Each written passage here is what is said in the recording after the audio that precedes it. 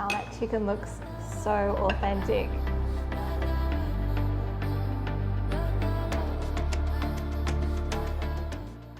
Today we are making an Indian classic. That is, of course, butter chicken. But we won't be using butter and we won't be using chicken. We're making a completely plant-based vegetarian today. Like many famous dishes around the world, this one was also created by accident. That's right. It was actually created in a restaurant in New Delhi called the Moti Mahal. And there wasn't many ingredients left over in the kitchen. There was some leftover tandoori chicken and a few other spices and ingredients. And so this dish was whipped up and created using what was available.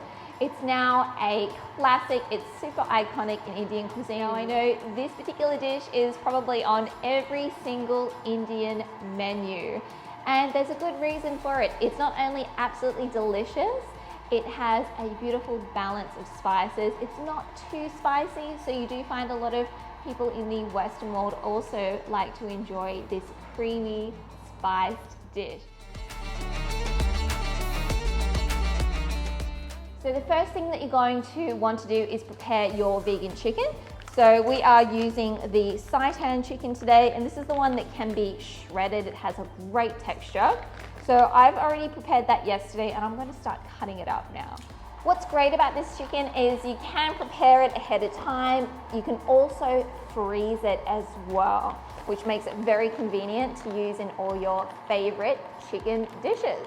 Now I still want to keep this kind of chunky today, so I'm going to cut it up into sort of 1/2 inch cubes, tear them apart into the size that you want so you get a bit more texture.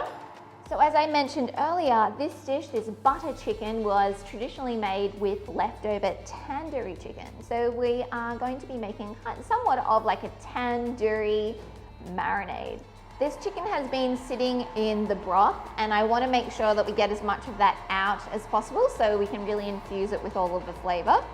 So I'm just going to pop a little bit into, I have a nut milk bag here, and we're going to squeeze out that excess moisture. You could use a tea towel as well.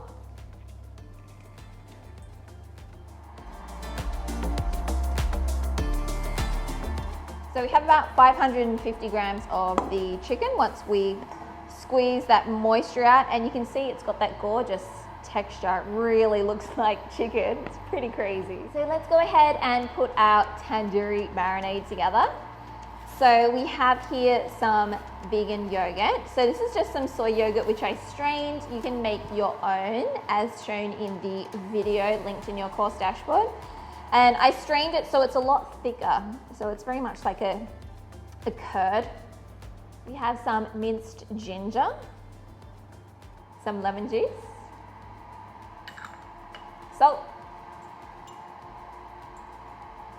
some chili powder, and you can add more or less if you would like, some coriander powder, cumin, some garam masala, turmeric, and this ingredient is optional, but it is traditional for this dish, which is the fenugreek leaf, also known as methi leaves. And I just purchased these dried from an online Asian grocery store, and yeah, they were pretty inexpensive. So essentially it's the leaves from the fenugreek tree or fenugreek herb. Now just adding our chicken. Now that's all incorporated, we're just going to cover this and allow it to infuse. And you can do this while you are making your sauce, or even better, you can do it overnight in the fridge.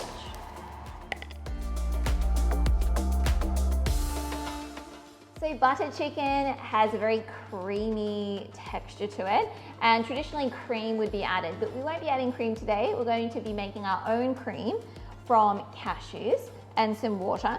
So I soaked these cashews overnight in my fridge until they became nice and plump like this.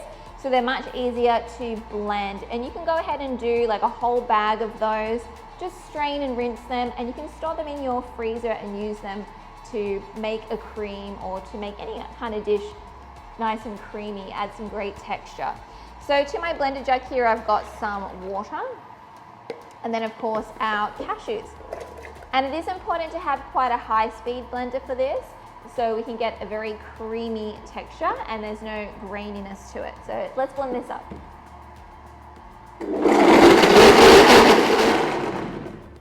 So it's beautiful and creamy. We can add back to our jug. In our saucepan here, we are going to melt some oil or vegan butter. I'm actually using some coconut oil today because I find that it's kind of most similar to ghee, which is clarified butter. Now, if you would like a buttery aroma, you can add some butter aroma just to make it a bit more ghee-like. To that, we're going to add our sliced onions. Cooking my onions for about 5 to 10 minutes. We're going to add them to our blender. I'm just going to use the same one that had the cashews in. I also have some passata or some crushed tomatoes and some ginger. So let's blend it all together until it's nice and smooth. Back on the heat, we're going to fry our spices just very lightly. I have a cinnamon stick. We've got a few cardamom pods and cloves. So we just want to toast them a little bit just until they're aromatic. You can start to smell those spices now. So we're going to go in with our sauce. And over low to medium heat, we want to cook this down until it becomes kind of dry and you'll start to see the oil separating. Now that our tomato has become very, very dry, we can start adding in our spices. So we have some garam masala, some cumin powder, some coriander powder, and I'm using one chili. You can use a fresh chili, I'm just using a dried one today. And you want to be really careful, you don't want to burn the spices, you just want to get a little bit of heat into them. And then we're going to be adding in our water.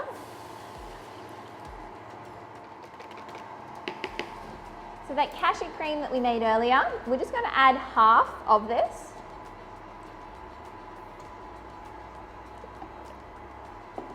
And we'll reserve the remaining for right at the end. Now I'm going to turn the heat down to very, very low, barely simmering. And we're going to cover this and simmer it for about 7 to 8 minutes, just for all of those flavors to infuse.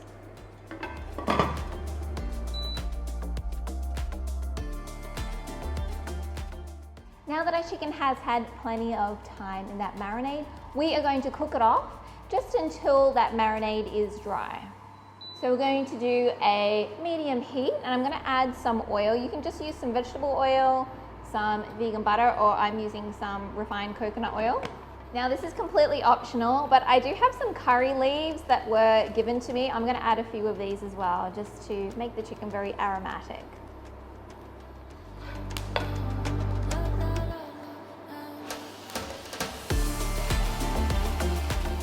You'll be able to see the texture of the chicken has changed. It's become a lot drier. And we've started to get a little bit of color to the chicken too. So we're going to turn that off. It smells amazing. I've already tried a little bit of it and it's delicious. Even just like this, it's just like tandoori chicken. So we're going to pop it into our butter chicken sauce.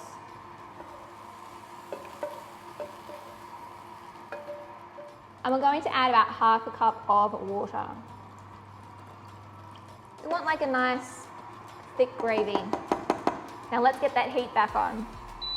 Now I have a little bit of sugar just to balance out those flavors. And I like to season with a little bit of salt too. Just make sure you give it a taste and adjust accordingly. Now I'm going to let that simmer very low for about 7 minutes.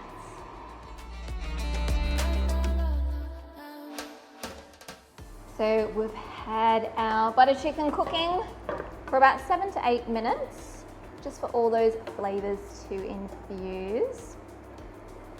Now the last part of this dish is we're going to add our remaining cream. So we can switch the heat off now. Then we're going to go in with our cream. Now you don't need to add all of it, just add as much or as little as you would like. And we also have a little bit more of that methi leaves or our fenugreek leaves. I'm gonna give it another taste just to make sure that that seasoning is okay. Oh, that's delicious. And it's not too spicy, well for my taste anyway. I don't like things when they're too spicy, but it does have a little bit of a kick to it. Now to serve, I always like to serve it with some fresh coriander leaves. So I'm gonna chop some of these up, or you can just pluck the leaves themselves. And I'll leave it up to you if you would like to serve this with some rice or with some naan bread. I actually made some naan bread using the pita bread recipe. You can do exactly the same method. We just don't add any of the herbs to it. And you can make a beautiful naan bread. So we've got some hot naan bread. Just took it out of my oven. And I think everyone's favorite is garlic naan. So we're gonna turn this into some garlic naan. I have some vegan butter and some garlic in here, which I melted. I'm gonna generously brush this over. And I like to add a little bit of coriander and some flaky sea salt. Wow, that chicken looks so authentic. And of course, our naan bread as well. I love it when you go to the Indian restaurants and they always leave it in the foil too, just to keep it nice and warm. So let's keep it authentic with that beautiful, flaky, textured seitan chicken and the creaminess from the cashews. And we even made our own naan, garlic naan bread. So I hope you enjoy this recipe and I'll catch you in the next one. See you next time.